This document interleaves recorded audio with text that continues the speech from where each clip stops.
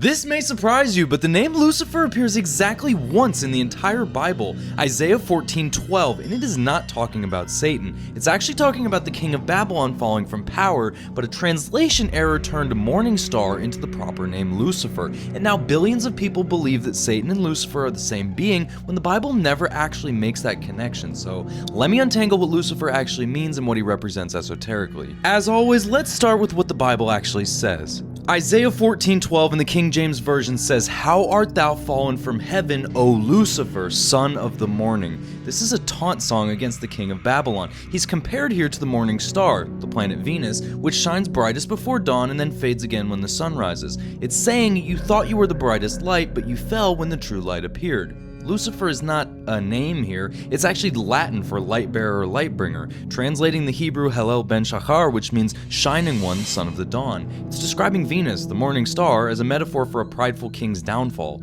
The verse has nothing to do with Satan or demons, it's literally political poetry, and it's all about a human ruler. So the next logical question here is, how in the world did Lucifer become Satan? Well, it all started when early Christian theologians read Isaiah 14 and they connected it to Luke 10:18. This is where Jesus says, "I saw Satan fall like lightning from heaven." They thought falling from heaven, that must be the same event as Isaiah 14. So what they did was retrofitted the Isaiah passage onto Satan. The king of Babylon became the devil, and the morning star became the fallen angel.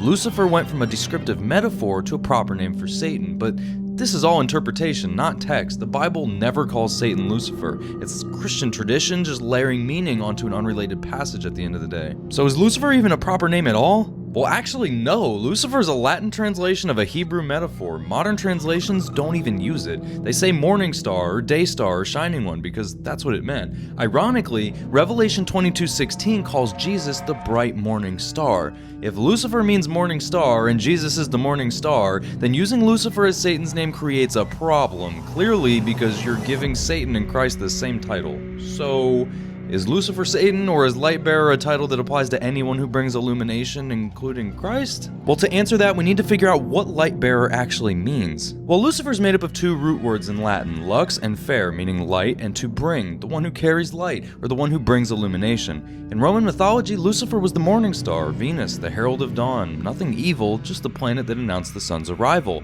But esoterically, the Lightbearer is consciousness that brings awareness, and it's the force that illuminates what was hidden, reveals what was obscured, and wakes up what was asleep.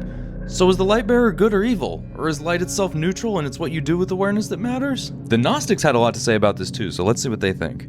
The Gnostics were interesting because they saw Lucifer as the serpent in Eden, not as evil, but as the bringer of gnosis. He offered knowledge, consciousness,